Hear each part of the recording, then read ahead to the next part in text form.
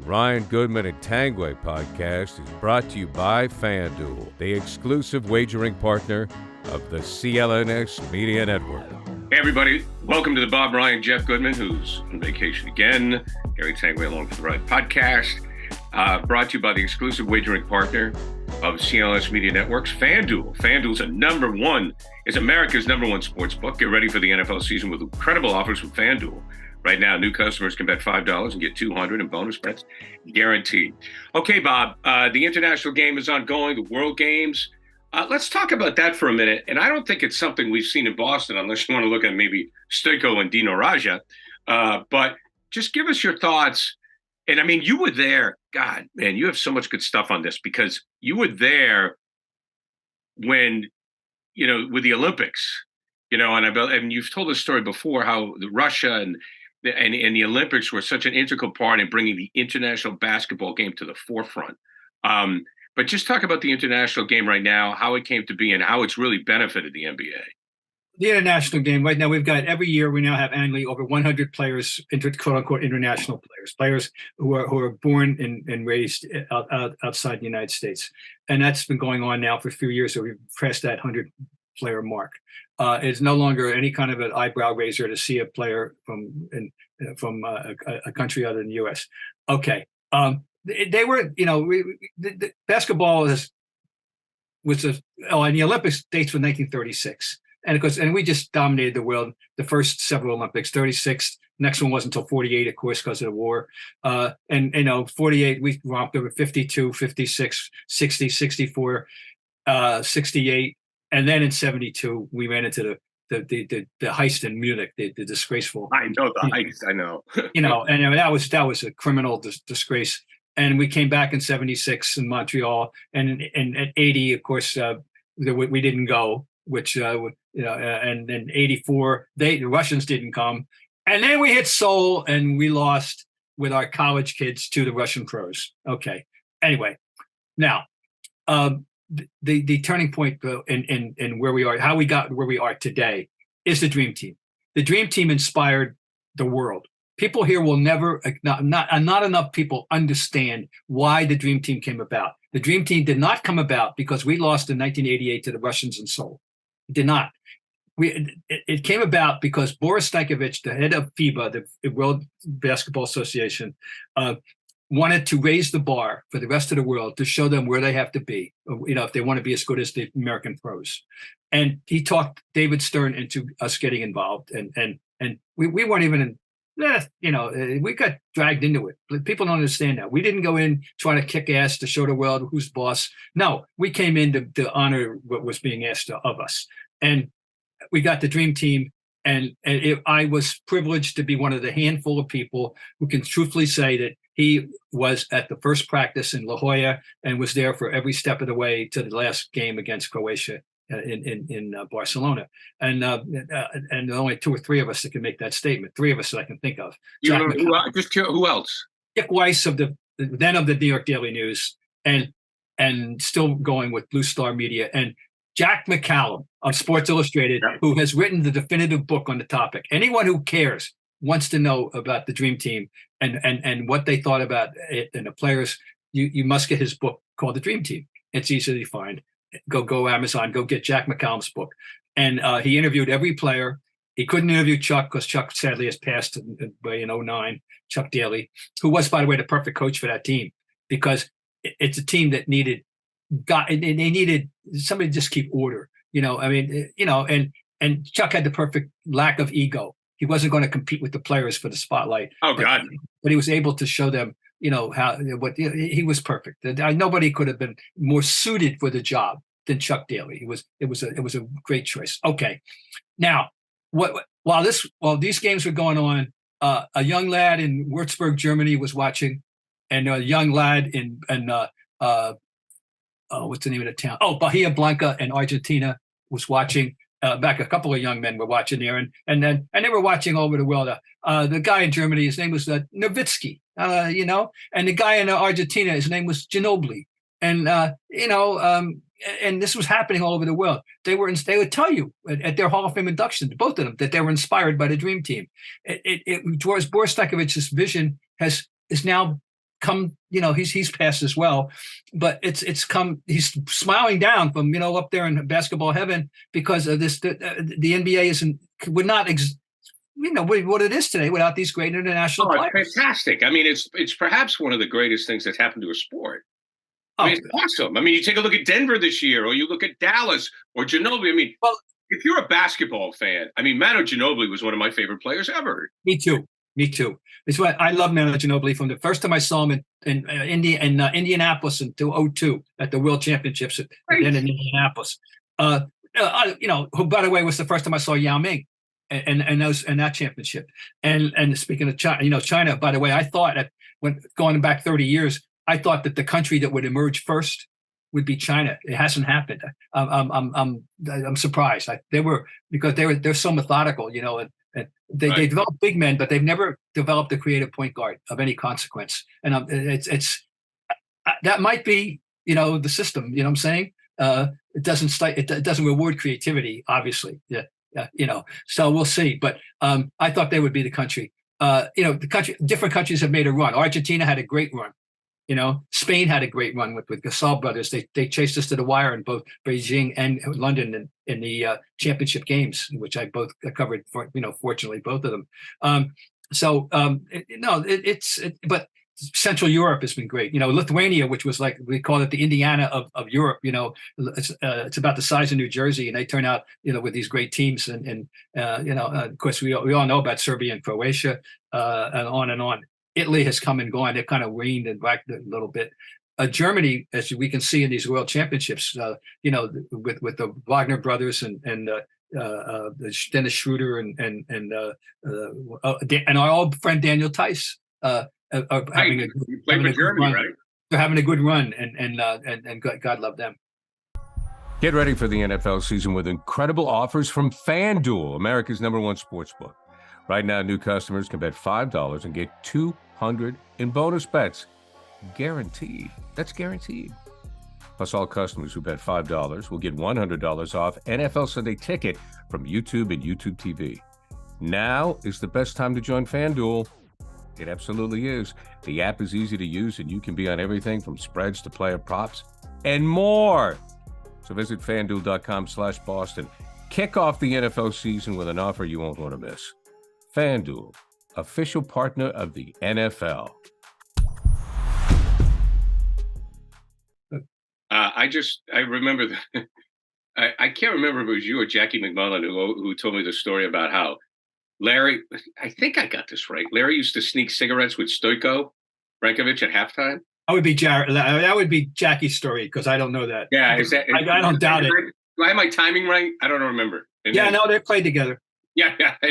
Yeah, that's a good one. That's a very good one. I was going to say one thing. One guy has to be mentioned, and that's that we never saw in America the full power of him, and that was Arvydas Sabonis. Sabonis, right? And he was described at age 17, 18 as, and remember he was on that team that beat us in Seoul, right? And he was described as Bill Walton with a 3-pointer.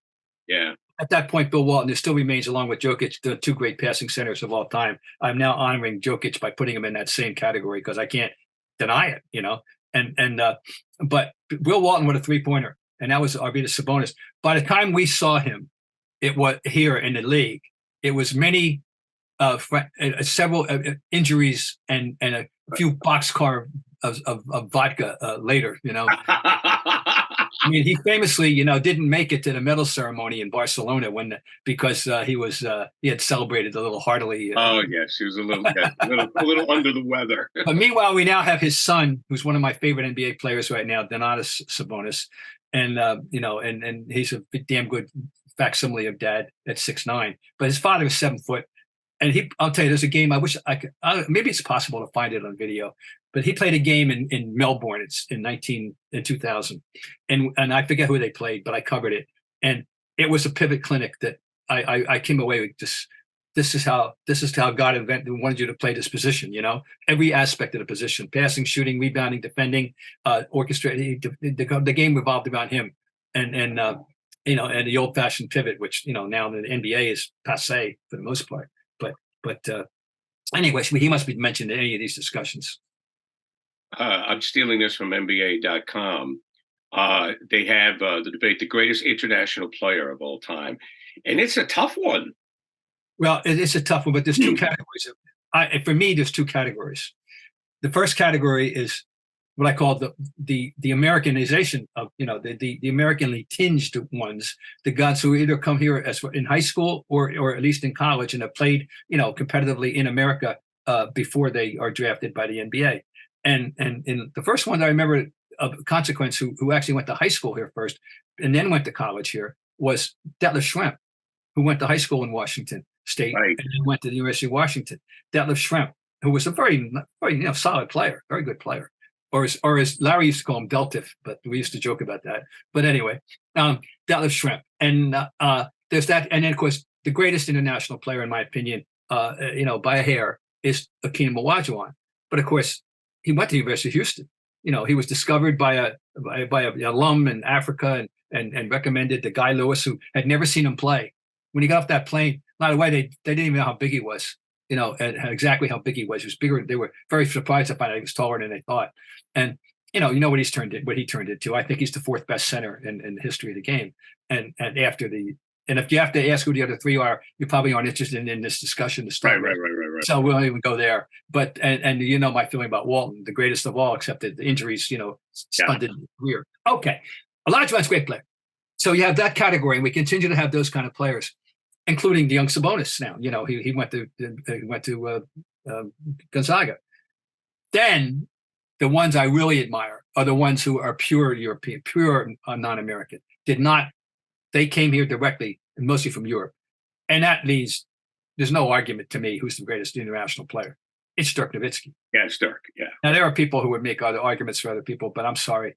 I'll tell you, the great what if of all that, how far he would have gone, we'll never know, was the late Drazen Petrovic, who sadly died in an automobile accident at age probably around 26, way back. And he was on his way. He came out of the Olympics with a great reputation, and he had a great run for the Nets, and he was on his way to something special when he died in that automobile accident. But right now, Dirk Nowitzki to me is the answer. But we've had some wonderful Argentines and Ginobili, who's a fellow Hall of Famer, of course, and is we both love him. But I got to go with Dirk. I remember my old colleague Donnie Marshall when we did the Celtics Spring Postgame show. Sure. He said when J Kidd knew Dirk in Dallas, he'd go, "That guy is the most underdressed superstar ever." He goes, Dirk would show up. He'd wear the same beat up sneakers forever. He goes, you would think the guy was like, I'm not going to say homeless, but you know how the NBA is. I mean, they wear a suit for every game. Yeah. And J Kidd used to say Dirk would show up and just like sweatpants, and it's like he'd wear the same thing every time. Some of these guys got 100 pair of sneakers. Yeah, but he'd be like, and Dirk's got these shoes on, like the soles are falling off the bottom of his feet. He's like, hey, that's just the kind of guy he was. Yeah, he's got a big personality. Like, he's not doing color work. He's not doing analyst work. So I hope he's not forgotten, because you're right. And our good friend Cedric Maxwell really, were you on the end when Max said that? Didn't he say that on EEI when Max said that Dirk was better than Larry or better? No, I just heard about it. I didn't hear it directly. Offensive player than Larry. And I think it's a great, maybe as a pure scorer, I don't know. I think it's a great discussion. I mean, I'll always go with Larry, but. No, I mean, they're different players. I mean, that'd be a great complementary pair as a forward because Larry, look, the thing about Larry, when you start talking about it's the passing. The passing that no other forward except for LeBron, and he's gotten to the point where I don't even know what to call LeBron. He's the queen on the chessboard, and more than it's astonishing. He's got the ball all the time. That's why the difference between Larry and the assist totals that LeBron's got. And Larry, and this one, I can't give you empirical evidence. I can only give you anecdotal evidence, but. And I wouldn't doubt that my theory would be, agreed upon by experts. Larry Bird got more done with the ball, with less handling the ball than any in the history of the game. Oh. His anticipation was so good before he got the pass, he knew where it was going next, and what he was going to do with it. LeBron brings the ball up. LeBron's got the ball all the time. Magic was a point guard. Larry is a forward. He does not bring the ball up. Did not bring the ball up. Larry still and Matt had these assist totals that would blow your mind, and he seemed like he hardly ever had the ball in his hands. The other thing when you talk about anticipation, and I also talked with Max about this when Larry made second team all defense, and Max was like, "What? You take Bernard King, Larry." And Larry anticipated on defense. No one cheated help side defense better than Larry Bird. I was present for a discussion with the then Joe Michelson. Anyway, some NBA guys about the rules. Larry basically forced a rule change because of his poaching, right? About defensive 3 seconds and stuff. And Larry was partly responsible for a rule change because he was so good at cheating, as you just said. He was master cheater. He wasn't a great one-on-one defender. We know that. But let me say this, and I love this about Larry. I think this was a plan, because he doesn't just stumble into things. I saw times when guys he'd be guarding a guy, and the guy would be having his way most of the game. And then about 2 or 3 minutes to go, the guy thinks he's going to make the same move. And Larry, no, not now. Larry dug in. Larry had this capacity to save it, save that one-on-one that they thought they had for the judicious moment, But when it came to lane lurking, I call it, he was a master. He was an absolute master. So in that case, he was but straight up, of course, we know he wasn't a great straight up defender, but he was a great team defender. So good, Bob. Enjoy yourself. Say hi to everyone's at the Farmer's Daughter, I believe, if it's still around. We'll check it out. I'm not sure if it is up there, but anyways, Goodman will be back from his holiday. And again, Bob Ryan, Jeff Goodman, Tank Wheel on the Ride podcast brought to you by FanDuel, the exclusive wagering partner of the CLNS Media Networks. FanDuel, America's #1 sports book. Right now, new customers can bet $5 and get $200 in bonus bets guarantee. Bob, it's always a pleasure. Same here, Gar. New FanDuel customers can bet $5 and get $200 in bonus bets guaranteed. Plus, all customers who bet $5 will get $100 off NFL Sunday Ticket from YouTube at YouTube TV.